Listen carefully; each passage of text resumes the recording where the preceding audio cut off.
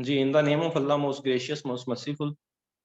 تو آج کا ہم اسلامیات کا اپنا تیسرا لیکچر سٹارٹ کرتے ہیں، لیکچر نمبر 3۔ اس لیکچر میں ہم نے بیسیکلی دیکھنا ہے غزوات کو، اور ڈفرینٹ اور بھی جو انسیڈنٹ جو پیپر کے پوائنٹ آف ویو سے پوچھی جاتی ہیں ڈفرینٹ ڈیٹس، ہجری کے حساب سے یا نبوی کے حساب سے، کہ فلاں چیز کی ہجری میں ہوئی، فلاں چیز کی کس ہجری میں ہوئی، ان چیزوں کو دیکھنا ہے۔ اور ڈیٹیل میں تھوڑا سا ہم جو ہے غزوات کو دیکھ لیتے ہیں کہ ڈفرینٹ غزوے جو ہیں وہ کیسے ہوئے ہیں، ٹھیک ہے۔ اچھا، سب سے پہلے یہ ہمیں پتہ ہونا چاہیے غزوہ کہتے کس کو ہیں۔ غزوہ وہ ہوتا ہے جس کے اندر حضرت محمد صلی اللہ علیہ وآلہ وسلم نے بذات خود حصہ لیا ہوتا ہے۔ یہ اس میں تعداد کا فرق آ جاتا ہے، جیسے 28 سے 29 لکھا ہے، اکثر جگہ جو ہے وہ 27 کہا جاتا ہے کہ 27 غزوات میں آپ نے حصہ لیا ہے، ٹھیک ہے۔ اور اس کا ایک اور جو جنگ جس میں جو ہوئی آپ صلی اللہ علیہ وسلم کے دور میں، لیکن آپ صلی اللہ علیہ وسلم نے اس میں پارٹیسپیٹ نہیں کیا، خود اس جو ہے جنگ میں شریک نہیں ہوئے، اس کو ساریہ کہا جاتا ہے، ساریہ، ٹھیک ہے۔ اور ساریہ کی تعداد 53 سے 56 کے درمیان ہے۔ وہ ڈفرینٹ آتھرس کی ڈفرینٹ مطلب کہتے ہیں، ان چیزوں میں تھوڑا سا اختلاف آ جاتا ہے، تو آپ نے رینج یاد کر لینی ہے 53 سے 56۔ وہ اس طرح نہیں دے گا 53 54 55 56، اگر وہ دے گا تو مطلب کافی گیپ کے ساتھ دے گا، 45، ٹھیک ہے، 50 55 60 اس طرح۔ تو جو ان کے قریب ترین ہوگا کہ ساریہ جو ہیں وہ 53 سے 56 کے درمیان ہے، اور غزوات جو ہیں وہ 27 سے 29 کے درمیان ہیں، جن میں آپ صلی اللہ علیہ وسلم نے خود حصہ لیا۔ یہ تو دو بیسک ٹرم ہوگی نا، ساریہ اور غزوہ۔ اچھا، اب یہ چیز دیکھتے ہیں کہ جب تک آپ صلی اللہ علیہ وآلہ وسلم مکہ کے اندر تھے، آپ صلی اللہ علیہ وآلہ وسلم مطلب آپ نے دیکھا کوئی بھی غزوہ یا کوئی بھی لڑائی نہیں ہوئی۔ یا کل بھی میں آپ کو بتا رہا تھا کہ کس طرح لڑائی ہوتی، کوئی حکومت تھی ہی نہیں۔ مطلب مسلمانوں کی حکومت تو جب آپ صلی اللہ علیہ وآلہ وسلم مکی زندگی چھوڑ کے گئے ہیں مدنی زندگی میں۔ مدنی زندگی آپ صلی اللہ علیہ وسلم کی 10 سال تھی، جب سے ہجرت کیلنڈر بھی سٹارٹ ہوتا ہے، 622 میں گئے تھے نا۔ تو 571 سے لے کے 622 تک جو ہے وہ کوئی بھی جنگ نہیں ہوتی۔ پھر ساری جنگیں جو ہیں وہ مدنی پیریڈ کے اندر ہوتی ہیں، جب مدینہ آپ تشریف لے جاتے ہیں 622 کے اندر، اور وہاں جا کے ریاست مدینہ کی تشکیل دیتے ہیں۔ اور اسلام تو بیسیکلی سلامتی کا دین ہے، اور کوئی بھی جنگ مسلمانوں کی طرف سے امپوز نہیں کی گئی۔ میں کل بھی آپ کو یہ چیز بتا رہا تھا کہ کسی بھی جنگ میں ایسا نہیں کیا گیا کہ مسلمانوں نے حملہ کیا ہو۔ تو جنگ کا جو ہے وہ ڈفرنٹ ٹائپ ہوتی ہیں، ان میں سے ایک ہوتی ہے ڈیفینسو نیچر کی، کہ اپنا ڈیفینس کرنا۔ کوئی آپ پہ حملہ کرنے لگا ہے تو اس کے لیے آپ اس کو پیچھے دھکیلتے ہیں، اس کو کہتے ہیں ڈیفینسو جنگ۔ اب یہ جو شروع کی جنگیں ہیں نا، ابوا، بدر، احد، رجیہ، خندق، یہ جو ہیں یہ ہیں اپنا، ایک منٹ جی، یہ جنگیں ہیں ڈیفینسو نیچر کی۔ اس کے اندر حملہ کیا کفار مکہ نے مدینہ کی۔ ان کا خیال تھا کہ یہاں سے جو ہے حضرت محمد صلی اللہ علیہ وسلم مکہ چھوڑ کے مدینہ چلے گئے ہیں، تو یہ زیادہ دیر بس نہیں قائم رہ سکے گا، لیکن انہیں نہیں پتا تھا کہ وہاں تو پوری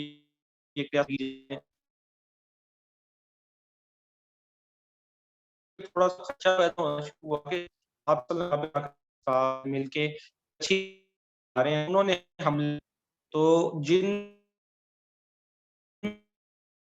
حملے روکا گیا جاتے ہیں جو ہے جنگیں، اور اس کی جو جنگیں ہیں یہ ساری وہ ہیں پری ایمپٹیو نیچر کی۔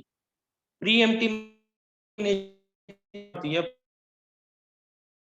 آپ کو یہ حملہ کر دے گا ملٹری تھرو، جیسے آپ صلی اللہ علیہ وسلم کی کوالٹی میں ایک یہ بھی تھی کہ ان کی ملٹری انٹیلیجنس بہت بہترین تھی۔ جو بھی کوئی سپہ سالار ہوتا ہے نا، ملٹری کا کمانڈر ہوتا ہے، اس کی کچھ خصوصیات ہونی چاہیے، وہ اگلی سلائیڈ میں ہم ڈسکس کرتے ہیں۔